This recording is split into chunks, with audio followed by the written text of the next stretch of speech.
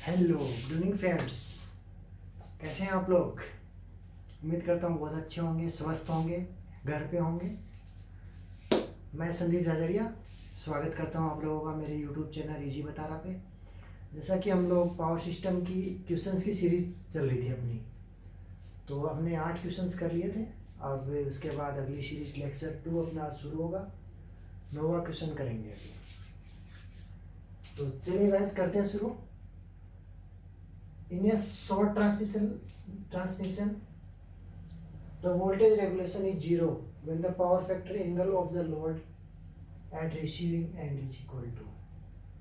मतलब क्या पूछ रहा है? जीरो वोल्टेज रेगुलेशन के लिए रिसीविंग एंड साइड पे पावर फैक्टर एंगल पूछ रहा है। सॉल्व कीजिए, बहुत इजी है, बहुत ही आसान क्वेश्चन है। इससे आसान तो कुछ हो नहीं सकता, एकदम लड्डू है ये, मान लो लड्डू है, लड्डू।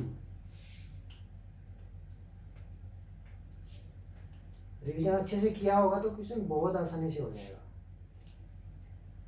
ज़्यादा टाइम लेने की जरूरत होगी नहीं मेरे ख्याल से इसमें।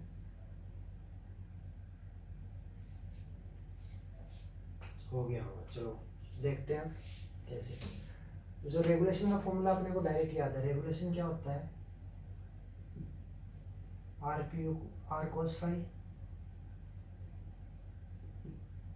Plus minus R sine phi. ठीक है, तो रेगुलेशन को रखना है जीरो। जीरो रख देते हैं रेगुलेशन को यहाँ से। R cos phi plus minus जो भी ले लेते हैं, r cos phi plus x sine phi. ठीक है, ये जीरो है यहाँ पे। अब देख लो, r by x equal to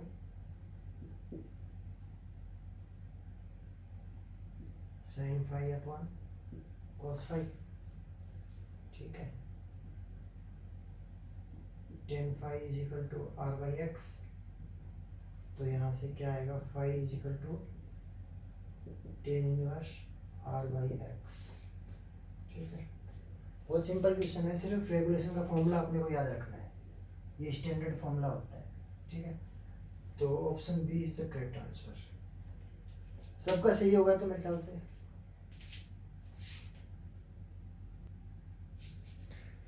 देखिए नेक्स्ट क्वेश्चन देखिए guys. Power transmission line are transpose to reduce. जो ट्रांसमिशन लाइन होती है, पावर ट्रांसमिशन लाइन, इनको ट्रांसपोज क्यों किया जाता है? देखिए एकदम देखते ही कर दोगे तो इजी है। ठीक है, इसमें सारी चीज़ें अपन समझेंगे। इसका एक क्वेश्चन में 3-4 क्वेश्चन अपन कर लेंगे इसमें। ठीक है, तो इसका आंसर क्या होगा? सभी का सही आया होगा इसमें, तो डी आंसर आएगा इसका। जो नेबरिंग कम्युनिकेशन लाइन होती है ना, ट्रांसमिशन लाइन के पैरेलल में जो ट्रांसमिट करती हैं, उनमें जो रेडियो इंटरफेरेंस होता है उसको रिड्यूस करने के लिए ट्रांसमिशन लाइन को पर्टिकुलर डिस्टेंस के बाद में उनको ट्रांसपोज किया जाता है। ट्रांसपोज करना मतलब कंडक्टर की जो स्पेसिंग है उसको चेंज कर देती है। ठीक है, ये होता है ट्रांसपोज अपना। ये तो पता ही है आप लोगों को, इसमें तो ज़्यादा, वैसे भी ये तो कन्वेंशन क्वेश्चन के हिसाब से है, थ्योरी में इसका कोई ज़्यादा वेटेज है नहीं। ठीक है, तो अब अपन देखते हैं रेडियो कम्युनिकेशन। रेडियो इंटरफेरेंस क्या होता है? रेडियो इंटरफेरेंस को समझो। इंटरफेरेंस, रेडियो इंटरफेरेंस क्या होता है? जैसे ये है ट्रांसमिशन लाइन अपनी, इसके पैरेलल में क्या होती है? मान लो ये अपनी कम्युनिकेशन लाइन है। ठीक है, तो ट्रांसमिशन लाइन में करंट फ्लो कर रहा है। ठीक है, वोल्टेज है। तो ये वोल्टेज क्या करेगी? जो कम्युनिकेशन लाइन है इसके अक्रॉस कुछ वोल्टेज क्रिएट करेगी। जो इस लाइन से जो सिग्नल जा रहा है वो सिग्नल डिस्टर्ब होएगा। सिग्नल डिस्टर्ब होएगा तो अपने को जो रिसीविंग एंड पे जो एक्चुअल में सिग्नल मिलना चाहिए वो सिग्नल नहीं मिलेगा, सिग्नल डिस्टॉर्ट हो जाएगा। इसी को कहते हैं रेडियो इंटरफेरेंस। मतलब जो अपना सिग्नल होता है, कम्युनिकेशन सिग्नल, वो डिस्टर्ब हो रहा है। ठीक है, इसको रिड्यूस करने के लिए क्या करते हैं? ट्रांसमिशन लाइन को ट्रांसपोज करते हैं। ठीक है, तो इसका आंसर तो आएगा ये। ठीक है, अब अपन देखते हैं फेरेंटी इफेक्ट। फेरेंटी इफेक्ट को कंपनसेट करने के लिए क्या करते हैं? फेरेंटी इफेक्ट को कंपनसेट करने के लिए रिसीविंग एंड पे शंट रिएक्टर लगाते हैं, शंट रिएक्टर लगाते हैं, ठीक है, रिसीविंग एंड पे। ठीक है,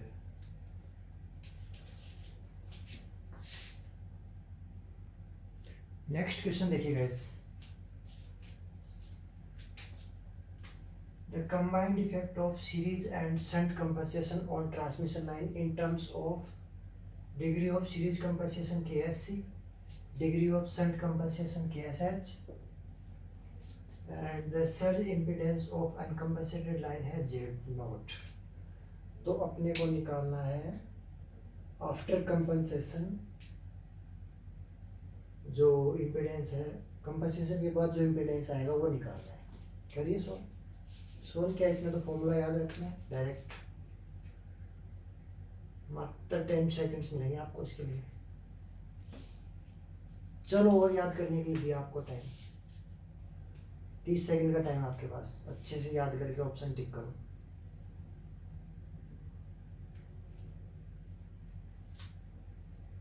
और पढ़ाई सही चल रही है आप लोगों की, रेगुलर कंटिन्यू नोट्स रिवाइज कर रहे हैं ना रेगुलर? बिल्कुल रिवीजन चलता रहना चाहिए। एग्ज़ाम जैसे ही ये कोविड कंट्रोल होता है, एग्ज़ाम धड़ाधड़ एग्ज़ाम होंगे, धड़ाधड़, फिर बच्चे अफरा तफरी मचती है। तो ऐसा नहीं हो, अपने आप को सुरक्षित रखो, घर पे रहो, अच्छी तरह से खाओ पियो मस्त, और रेगुलर एक्सरसाइज करो, अपने आप को फिट रखो, मेंटली और फिजिकली बहुत ज़रूरी है। मेंटली और फिजिकली फिट रहना आज के ज़माने में बहुत बहुत ज़रूरी है, बाकी चीज़ें बाद में है। Do you know that health is wealth, तो स्वास्थ्य का ध्यान रखो और क्वेश्चंस भी करते रहो साथ साथ में। तो ठीक है गाइज, मैं आपको कंपनसेशन की एक ट्रिक बताता हूँ, टेबल बताता हूँ। देखिए विदाउट कंपनसेशन तो ये है अपने का, ठीक है। अब सीरीज कंपनसेशन कर रहे हैं विद इंडक्टर, ठीक है, तो ये क्या होगा, कंपनसेटेड क्या होगा, सीरीज में क्या करते हैं, मल्टीप्लाई करेंगे,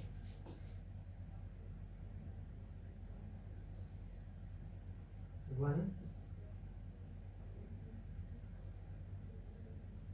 KLSC,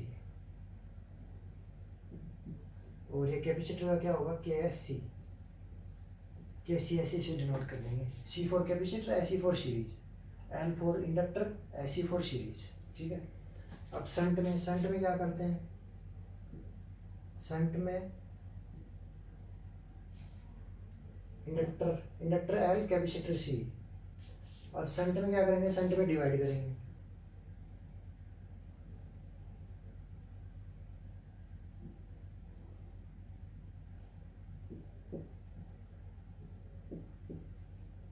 ठीक है। साइन बाद में बताऊंगा मैं आपको। सीरीज में क्या करेंगे, मल्टीप्लाई करेंगे, शंट में डिवाइड करेंगे, ठीक है। तो साइन देख लीजिए आप, सीरीज में इंडक्टर है, लाइन में क्या होता है, लाइन भी इंडक्टिव होती है अपनी, तो अपन कंपनसेशन करेंगे, इंडक्टिव कंपनसेशन मतलब इंडक्टर से कंपनसेट करेंगे, तो अपना इंडक्टेंस क्या करेगा, इंक्रीज करेगा, तो प्लस का साइन आ जाएगा। और सीरीज में कैपेसिटर लगाएंगे, इंडक्टर के सीरीज में कैपेसिटर लगाएंगे, तो अपना इफेक्टिव इम्पीडेंस क्या होगा, डिक्रीज करेगा। तो ये जैसे जैसे कंपनसेशन इंक्रीज करेगा अपना ओवरऑल इम्पीडेंस कम होएगा, ठीक है।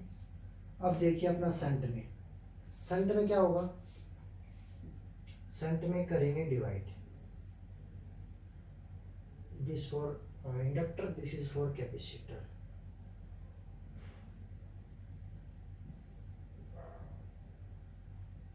KCSH KLSH, ठीक है।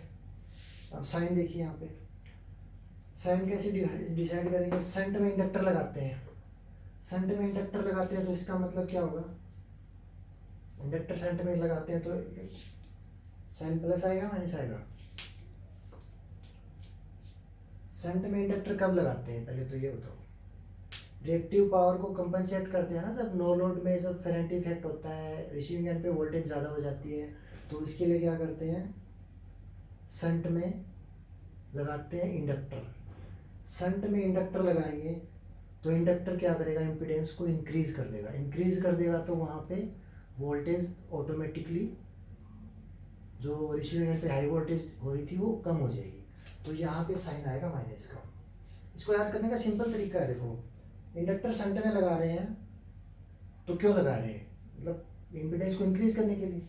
अब शंट में कैपेसिटर लगा रहे हैं तो यहाँ पे आएगा प्लस, मतलब वो ये कैपेसिटर फिर से इम्पीडेंस को कम ही करेगा और ये अपना इंक्रीज करेगा इंडक्टर। तो ये अपनी टेबल है, इसको याद कीजिएगा आप लोग। याद करने का तरीका मैंने बता दिया आपको। तो इस हिसाब से अब इसका option capacitor series inductor SH, option C is the correct answer. Table को अच्छे से याद रखना है, इसको बहुत इंपॉर्टेंट है।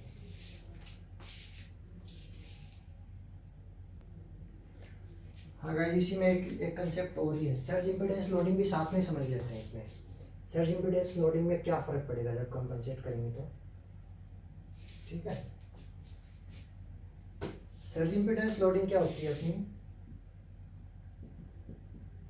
VL² तो इम्पीडेंस के इन्वर्सली प्रोपोर्शनल होगी SIL।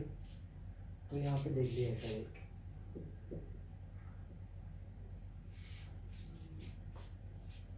SIL कंपनसेटेड क्या होगी, SIL कंपन इसमें मल्टीप्लाई कर रहे हैं तो इसमें क्या करेंगे, डिवाइड करेंगे, SIL डिवाइडेड बाई 1 + KLSC, ठीक है। अब इसमें क्या करेंगे, 1 - KCSC से डिवाइड कर देंगे।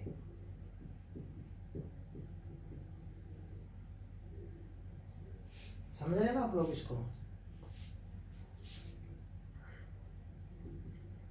इसमें इसी तरह से क्या करेंगे, यहाँ पे डिवाइड तो यहाँ पे मल्टीप्लाई कर देंगे। जो इम्पीडेंस में हो रहा है उसका अपोजिट हो जाएगा, 1 - KLSH compensated is equal to 1 + KCSH SIL into √1 + KCSH, ठीक है गाइस।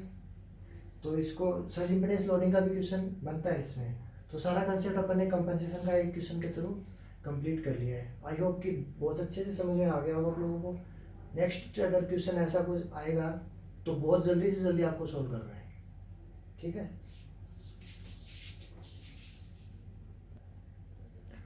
हाँ तो गाइस नेक्स्ट क्वेश्चन देखिए अपना, ये जीरो सीक्वेंस रिएक्टेंस पूछा है ट्रांसफार्मर का। देखिए क्या पूछा है, 3 फेज ट्रांसफार्मर है, जीरो सीक्वेंस इम्पीडेंस Z0 है, zero sequence network as shown below, zero sequence network ये गिवन है। The connections of winding are, ये प्राइमरी साइड, ये सेकेंडरी साइड। अब इसने पूछा कि प्राइमरी साइड में कौन सा कनेक्शन है, सेकेंडरी साइड में कौन सा कनेक्शन है। तो इसमें जीरो सीक्वेंस नेटवर्क आपको बनाना आता है ट्रांसफार्मर का, तो आप इसको आसानी से कर लेंगे। इसको ट्राई कीजिए, फिर मैं सॉल्व करवाता हूँ इसको।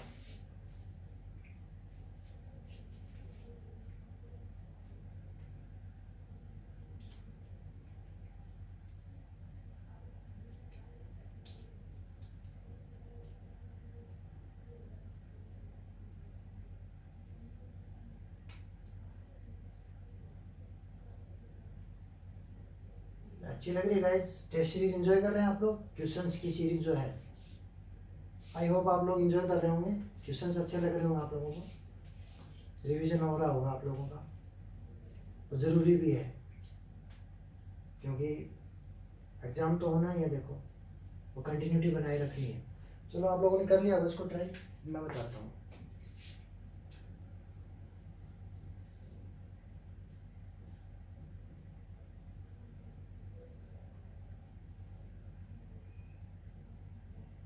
ये देखिए, ये अपना जीरो सीक्वेंस रिएक्टेंस है,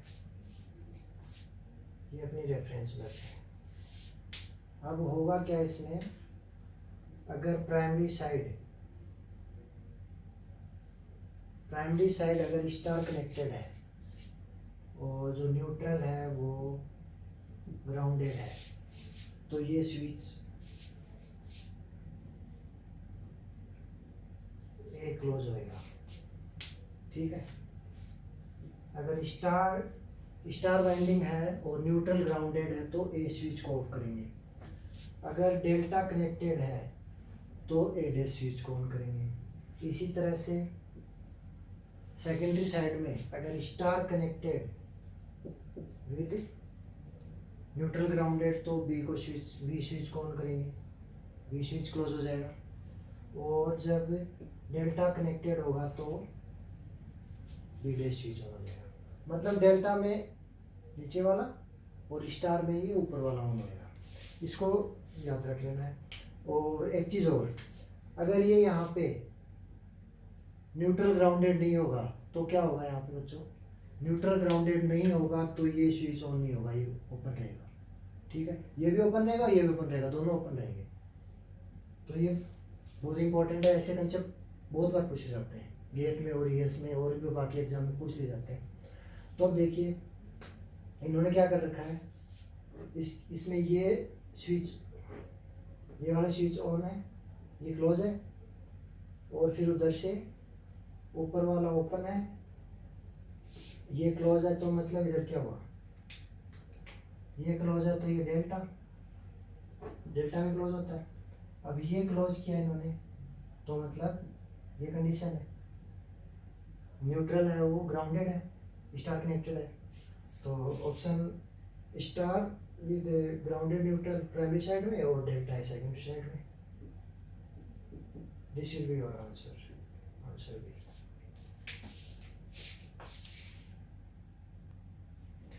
देखिए नेक्स्ट क्वेश्चन बहुत ही प्यारा क्वेश्चन है, फॉल्ट का क्वेश्चन है अपना। The positive, negative and zero sequence impedance per unit of two generator connected in parallel are x1 की वैल्यू 0.012 per unit, x2 की value 0.096 per unit, x0 0.036 per unit. For a line to ground fault at generator terminals with 1 per unit terminal voltage, the positive sequence current will be।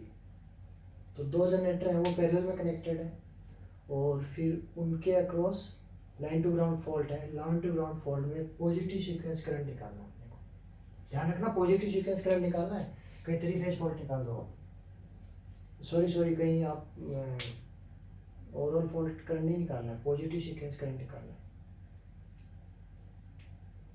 तो question को पूरा ध्यान से पढ़ के फिर solve करना है इसको, लाइन टू ग्राउंड फॉल्ट में।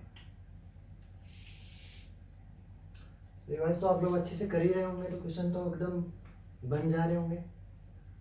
अगर आप लोगों को ऐसा लगता है मैं थोड़ा तेज़ करा रहा हूँ, जल्दी करा रहा हूँ, तो पहली बात तो ये भी क्रैश कोर्स है, क्रैश कोर्स में जल्दी कराते हैं और रिवीजन जितना जल्दी होगा उतना ही अच्छा है। और अगर आपको लगता है तेज़ करवा रहा हूँ तो आप लोग कमेंट करके बता सकते हैं, फिर अपन थोड़ा स्लो कर लेंगे इसको, स्पीड को। चलो आप लोग कीजिए इसको solve. I hope you guys are enjoying the question series। Power system तो वैसे भी फेवरेट सब्जेक्ट होता है इलेक्ट्रिकल वाले स्टूडेंट्स का, क्यों नहीं।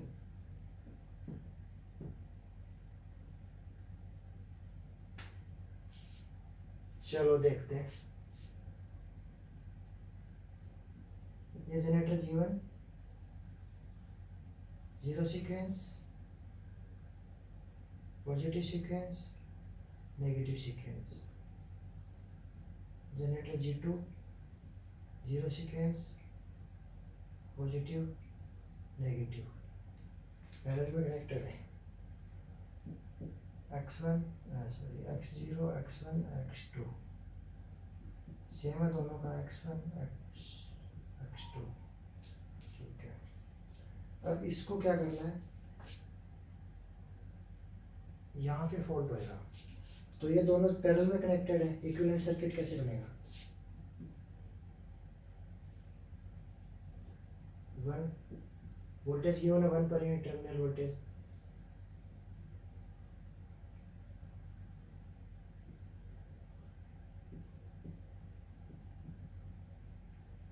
पॉजिटिव सीक्वेंस करंट निकालना है। ये अपना इक्विवेलेंट सर्किट हो गया इसका। तो पैरेलल में 0 का x0/2 x/2 हो जाएगा, ये x1/2 ये x2/2। ठीक है, अब इसको डायरेक्ट सोल्व करेंगे तो कितना आएगा 0.06। देखो ये 0.012 है,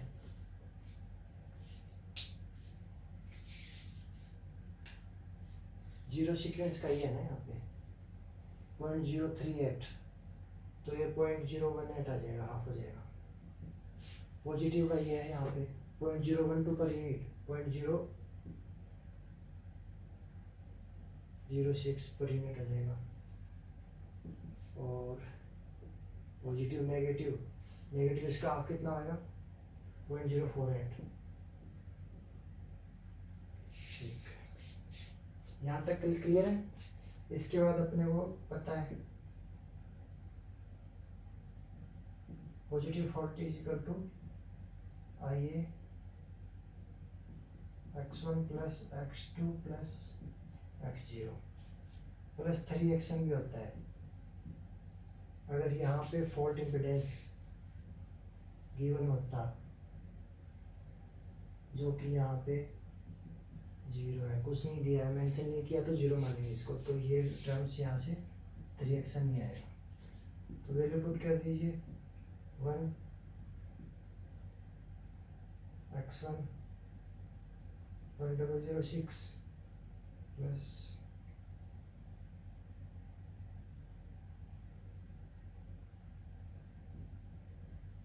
0.048 plus 0.006।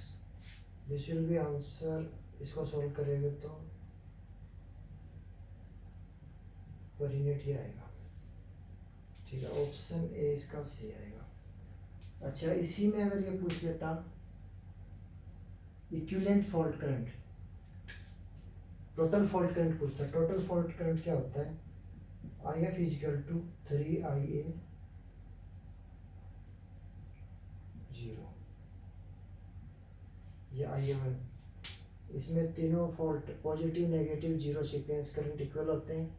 Total fault current 3IA1 हो जाएगा। ठीक है, पॉजिटिव का 3 टाइम्स होएगा टोटल करंट। तो ये भी एक क्वेश्चन हो सकता था। यहाँ पे परिणाम पूछा है पॉजिटिव के लिए। ठीक है,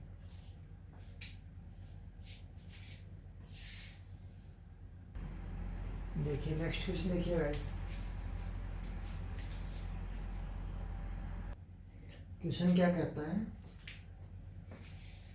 if A 50 MVA 11 kV 3-phase generator feeds as 50 Hz through a transfer impedance of this 0.605 per phase and infinite bus also at 11 kV, then the maximum steady state power transfer, मतलब ये maximum पूछा है, steady state stability पूछा है। मतलब base कौन से base पे, इस बेस पे पूछा है, मतलब पर यूनिट में पूछा है। फिर सॉल्व कीजिए, बहुत इजी है। ऐसे क्वेश्चन तो आजकल बहुत कॉमन है, क्वेश्चन तो आते हैं। इस तरह की कैलकुलेशन तो आपको होनी ही चाहिए एकदम अच्छे से तैयार, क्योंकि ऐसे क्वेश्चन SSC JEE में भी आ जाते हैं। स्टेट के जो AJE होते हैं उनमें भी ऐसे क्वेश्चन खूब पूछे जाते हैं।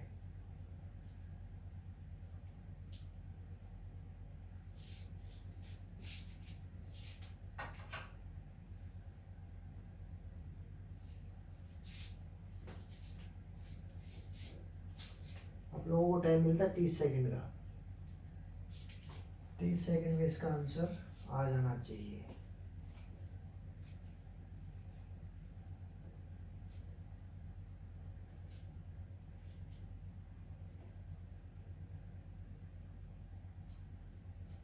अच्छा, इसके बाद मैं एक चीज़ और बता रहा था आप लोगों को, जैसे जो प्रीवियस एग्ज़ाम हुआ था RSCB जेई का, उससे रिलेटेड कुछ एक्सपीरियंस मैं अपने शेयर करना चाहता हूँ आप लोगों से, जो एग्ज़ाम मैंने क्वालिफाई किया था। अगर आप लोग चाहते हो कि मैं उसके बारे में आपको डिटेल में एक्सप्लेन वीडियो बना के आप लोगों को बताऊँ कैसे तैयारी की थी, कौन कौन से बुक्स लगाई थी मैंने, तो वो आप मेरे को कमेंट बॉक्स में बताएंगे तो मैं उससे रिलेटेड एक वीडियो ज़रूर बनाऊँगा। क्योंकि RSCB अभी लेटेस्ट ट्रेंड में चल रहा है ये एग्ज़ाम, बहुत अच्छी वैकेंसी है, बहुत अच्छा मौका है सब स्टूडेंट्स के लिए। तो मैं, अगर आप लोग चाहोगे तो मैं उसका वीडियो बना के आप लोगों को बताऊंगा उसके बारे में। ठीक है गाइस, तो देखिए ये जनरेटर है, ये ट्रांसफर इम्पीडेंस और ये इनफाइनाइट बस। तो इनफाइनाइट बस की वोल्टेज कितनी है, 11 kV। जनरेटर की सेंडिंग एंड कितनी है, 11 kV, 500 MVA। ठीक है, अब पी मैक्सिमम क्या होता है, VS अपॉन एक्स। VS कितना है, 11, तो ये कितना है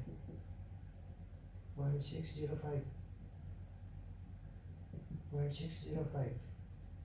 इसको सॉल्व करेंगे तो ये आएगा अपना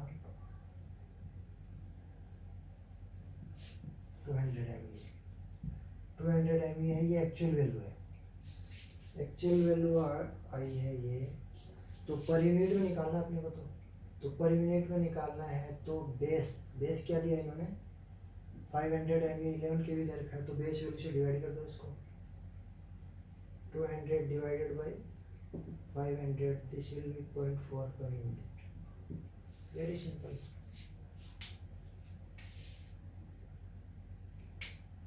ठीक है, तो इसमें मेन फॉर्मूला, तो ये फॉर्मूला याद रखना है, इसको बोलते हैं, यहाँ क्या पूछा है इसमें, मैक्सिमम पावर पूछा है, इसको स्टेडी स्टेट स्टेबिलिटी भी बोलते हैं।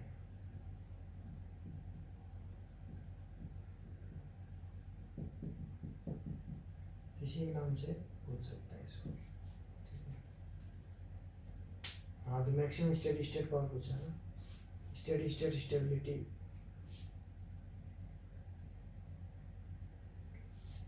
Okay,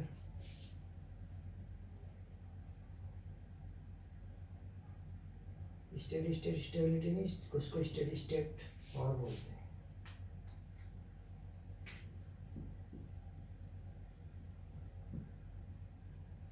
option D is the correct.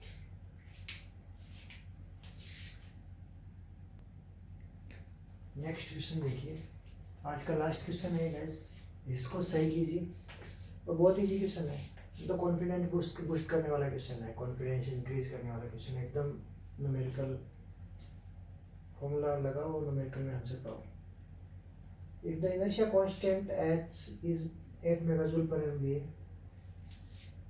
for 50 MVA generator, the stored energy is, कीजिए इसको, तो विद इन 10 सेकेंड्स आंसर आना चाहिए इसका, तभी माना जाएगा आपकी तैयारी बहुत अच्छी चल रही है।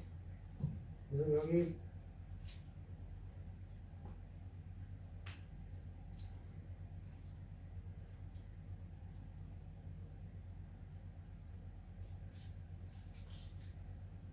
आई होप कि आप लोगों की तैयारी बहुत ही अच्छी चल रही है, आप लोगों ने इसको सॉल्व कर लिया होगा। चलो 20 सेकंड और दिए जाए आपको, सोचो आराम से, सोच के, जल्दबाजी भी नहीं करनी है। इजी क्वेश्चंस में होता है क्या, जल्दबाजी में क्वेश्चन अपन गलत कर बैठते हैं, वो नहीं करना है।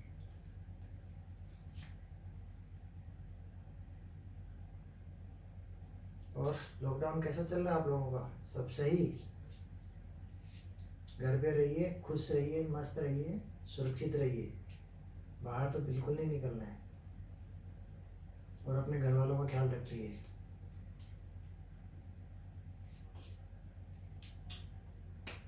ठीक है, अब फॉर्मूला क्या होता है अपना, inertia constant H is equal to stored energy divided by 3 phase MVA। अब यहाँ पे गिवन है H गिवन है, स्टोर्ड एनर्जी निकालना है अपने को, तो H गिवन है 8, एनर्जी E, MVA कितना है 50 MVA, stored energy is equal to, इसको काइनेटिक एनर्जी बोलते हैं, 400 मेगाजूल। तो गाइस आज के लिए इतने काफ़ी है। आप लोग वीडियो को ज़्यादा से ज़्यादा शेयर कीजिए, चैनल को सब्सक्राइब कीजिए और वीडियो अच्छा लगे तो लाइक कीजिए, और अगर नहीं अच्छा लगे तो डिसलाइक भी कीजिए प्लीज़। वो कहते हैं ना, आइदर हेट मी और either love me but don't ignore me. तो आपको अच्छा लग रहा तो लाइक कीजिए, नहीं अच्छा लग रहा तो डिसलाइक कर सकते हैं आप लोग, कोई ऐसी पाबंदी नहीं है, बंदिश नहीं है, ठीक है। जैसे कि आप लोगों को पता है चैनल इजी बता रहा है अपना,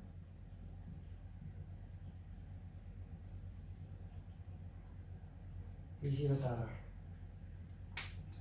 ठीक है। और अच्छे से खुश रहिए, मस्त रहिए, अच्छे से तैयारी कीजिए और अच्छे से पढ़ाई कीजिए, और रोज़ क्लास लेने से पहले अपने रिवीजन नोट्स को थोड़ा रिवाइज कर लीजिए, उससे क्या कॉन्फिडेंस आपका बना रहेगा, ठीक है गाइस। तो आप लोग अगला वीडियो का नोटिफिकेशन के लिए आप लोग इसको चैनल को सब्सक्राइब कर सकते हैं, ठीक है guys. Thank you, have a nice day, bye bye, Tata.